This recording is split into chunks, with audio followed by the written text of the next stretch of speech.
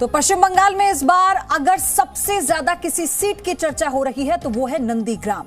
दरअसल नंदीग्राम आंदोलन से ही पश्चिम बंगाल में ममता बनर्जी ने अपनी जमीन तैयार की थी, लेकिन अब हालात बदल चुके हैं क्योंकि उस आंदोलन के कर्ता धर्ता और उस वक्त ममता के करीबी रहे शुवेंदु अधिकारी ने दीदी का साथ छोड़ दिया है। तब वहां टीएमसी और लेफ्ट की लड़ाई थी, लेकिन इस बार ये टक्कर दीदी बनाम दादा की है। कैसे ये समझाएंगे हम आपको कि क्यों इस लड़ाई को बहुत दिलचस्प माना जा रहा है, क्यों सबकी निगाहें इस सीट पर है। लेकिन उससे पहले बात उस आंदोलन में शहीद हुए लोगों के परिवार की करते हैं, जिसने बड़े बड़े वादे तो किए गए थे, लेकिन आज वो परिवार कहां है, किस हालात में है, ये आप देखिए। এটা আমার ইচ্ছা হয়েছে নন্দীগ্রামে আমার নামটা যেন থাকে। হাফ লাখ ভোটে যদি মাননীয়াকে হারাতে না পারি আমি রাজনীতি ছেড়ে দেব।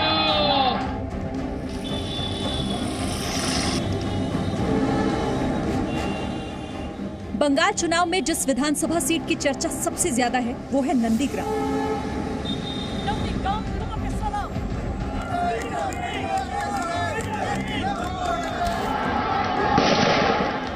वो नंदीग्राम जहां 2007 में भूमि अधिग्रहण के खिलाफ हुए आंदोलन में 14 किसान मारे गए थे।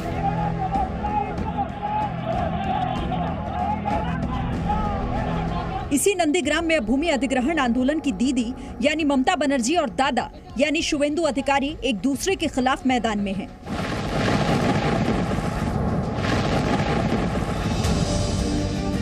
जिस नंदीग्राम को आज लोग इस चुनावी टक्कर की वजह से जान रहे हैं, उसकी असल पहचान 2007 में भूमि अधिग्रहण आंदोलन में मारे गए 14 लोगों की शहादत से जुड़ी है।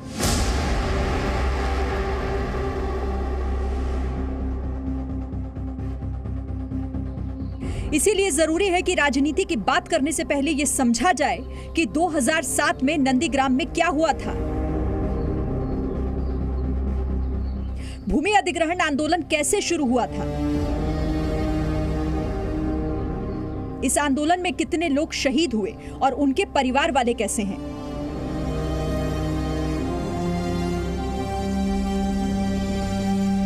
ये जानने के लिए जी न्यूज की टीम नंदीग्राम पहुंची।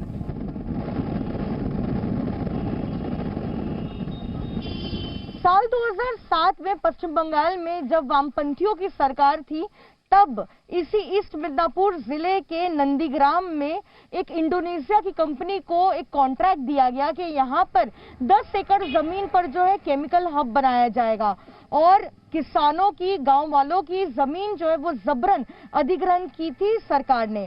उसके बाद ही यहाँ पर भूमि उच्छेद प्रतिरोध समिति का गठन हुआ, जिसमें गांव वाले थे, किसान थे और उन्होंने अपनी जमीन अधिग्रहण के खिलाफ राज्य सरकार के खिलाफ मोर्चा खोल दिया। ममता बनर्जी भी शामिल हुई और मुख्यमंत्री बनने का जो सफर था काफी आसान हुआ। इस घटना के बाद उस वक्त की बुद्धदेव भट्टाचार्य सरकार के खिलाफ ममता बनर्जी ने आंदोलन शुरू किया था, जिसकी अगुवाई वो खुद कर रही थी। आंदोलन के कर्ता धर्ता थे शुवेंदु अधिकारी। ये तस्वीर उसी वक्त की है जब 2007 में ये सब कुछ हुआ था। इस तस्वीर में ममता बनर्जी के ठीक बगल में खड़े हैं शुवेंदु अधिकारी, लेकिन अब दोनों के रास्ते अलग हैं। शुवेंदु अधिकारी ममता बनर्जी की टीएमसी से बाहर हो चुके हैं। राजनीति ने नंदीग्राम के दो नायकों को तो अलग कर दिया, लेकिन शहीद परिवार की चिंता किसको है?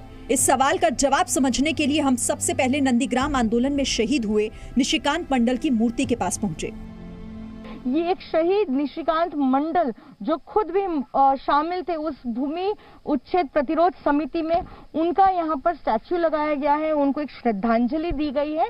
लेकिन अहम बात यह है कि यहाँ पर क्या लिखा गया है। 22 सितंबर 2007 में जो है रातेर अंधकारे गुप्त हत्या निहत, जिसका मतलब है कि रात के अंधेरे में गोली मारकर उनकी हत्या की गई, क्योंकि वो नंदीग्राम भूमि रक्षा आंदोलनेर वीर सेनापति। आप देखिए यहाँ पर लिखा हुआ है नंदीग्रामेर भूमि रक्षा आंदोलनेर वीर सेनापति, जिसका मतलब है कि ये आंदोलन में थे और गोली मारकर हत्या की गई और उसके बाद यहाँ पर उनका स्टैच्यू बनाया गया।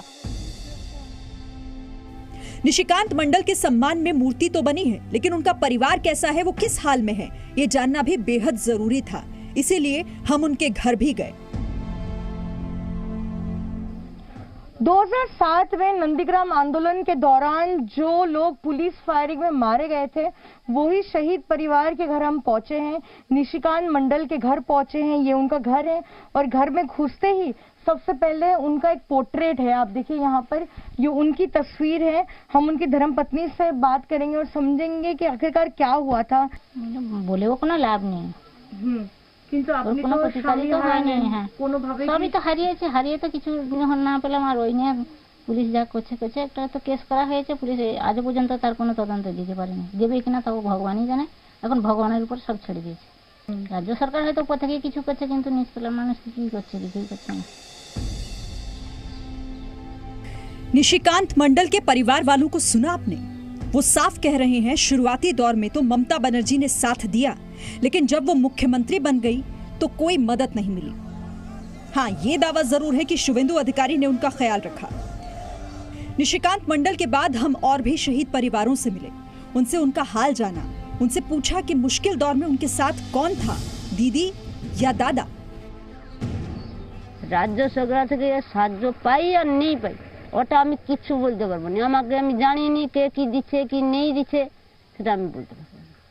তো শুভেন্দু এখন ওই যে প্রতি বছর দুর্গাপূজার সময় কাপড় চোপড় দেয়, যারা সাহায্য করে, সেটা আমি জানি। এছাড়া আমি কিছু বলতে পারবো না। সেই হিসাবে আমরা মমতা ব্যানার্জি, শুভেন্দু অধিকারী যে কাজটা করেছে এটা ঠিক নয়। কারণ ভূমিচ্ছেদ প্রতিরোধ কমিটি কোথায় রেখে আজকে গেলেন? ভূমিচ্ছেদ প্রতিরোধ কমিটি কোথায় রেখে গেলেন? আজকে বিজেপি পাস করুক আর সে সিপিএমও করুক। अब सवाल यह है कि आखिरकार 2019 के विधानसभा चुनाव में ममता बनर्जी को फिर एक बार नंदीग्राम की याद क्यों आई। आपको बता दें कि नंदीग्राम में ममता ने जब एक रैली की, उससे पहले वो 5 साल पहले आई थी। पिछली बार वो आई थी 2015 में, जब 2016 के विधानसभा के चुनाव होने थे। तब मंच से ममता बनर्जी ने ये ऐलान किया था कि शुवेंदु अधिकारी नंदीग्राम सीट से तृणमूल कांग्रेस के जो है कैंडिडेट होंगे और वो चुनाव लड़ेंगे। लेकिन इसके बाद आखिरकार ऐसी हालत पार्टी की क्यों हुई, पूरे नंदीग्राम वापस आना पड़ा। पूजा मेहता, जी मीडिया, नंदीग्राम। और अब बात करेंगे आदिवासी वोटरों की भी। इसके लिए ममता बनर्जी मैदान में उतर गई हैं। 2019 में आदिवासी बहुल सीटों पर ममता को नुकसान हुआ था, जिसकी भरपाई के लिए वो नए नए ऐलान कर रही हैं।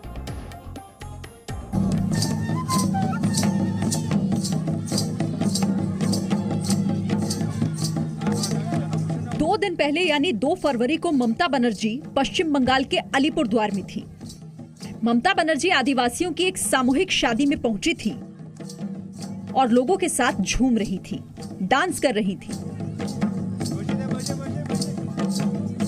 लेकिन ममता बनर्जी का ये डांस सिर्फ एक सामूहिक विवाह में शामिल होने का मामला नहीं है। ये पश्चिम बंगाल की 84 सीटों का सवाल है। पश्चिम बंगाल में अनुसूचित जाति और जनजाति के लिए 84 सीटें आरक्षित हैं, जिसमें 68 सीट अनुसूचित जाति और 16 अनुसूचित जनजाति के लिए है। 2019 के चुनाव में ममता बनर्जी को इन सीटों पर झटका लगा था और 84 में 46 सीटों पर बीजेपी आगे थी तो 37 सीटों पर टीएमसी। अब ममता बनर्जी इसी नुकसान की भरपाई करने की कोशिश कर रही हैं। इसके लिए ममता बनर्जी ने एक और आदिवासी समुदाय के लोगों से मेलजोल तेज कर दिया है, तो उनके विकास के लिए 6 नए बोर्ड का गठन किया है और 348.32 करोड़ रुपए देने का ऐलान किया है। विधानसभा चुनाव में आदिवासी वोट पाने के लिए मुख्यमंत्री ममता बनर्जी ने कई ऐसे ऐलान किए हैं। सबसे पहले तो ये ऐलान किया गया कि 6 डेवलपमेंट बोर्ड बनाए गए हैं आदिवासी समुदाय के लिए और राज्य सरकार ने 350 करोड़ रुपए सैंक्शन भी किए हैं। उसके अलावा हाल ही में ममता बनर्जी जब उत्तर बंगाल पहुंची, तब आदिवासी के 450 जोड़ों को जो है रूपश्री स्कीम के तहत उनकी शादी कराई गई और 25,000 रुपए की आर्थिक मदद भी की गई।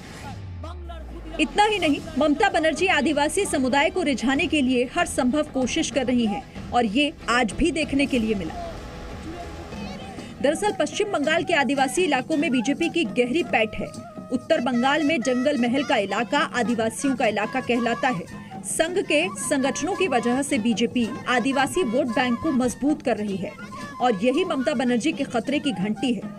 आदिवासियों को अपने पक्ष में करने के लिए बीजेपी का बड़ा प्लान तैयार है।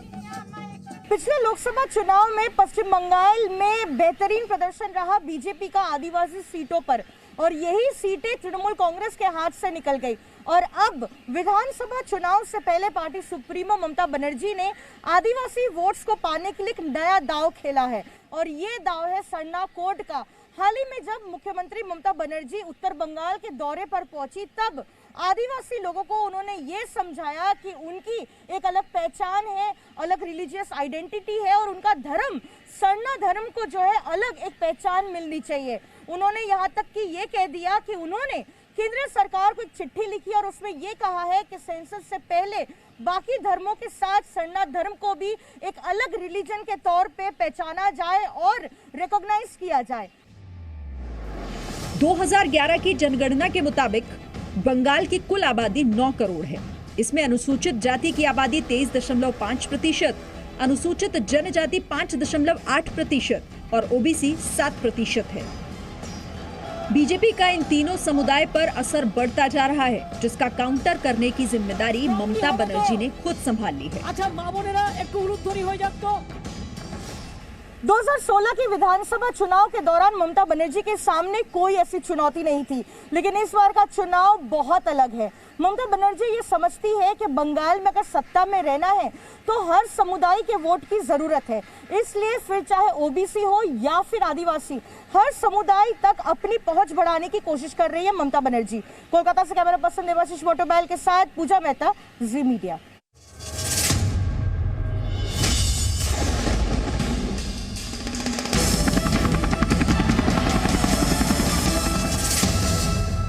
Presenting V News app, available on Google Play and App Store. Download it now.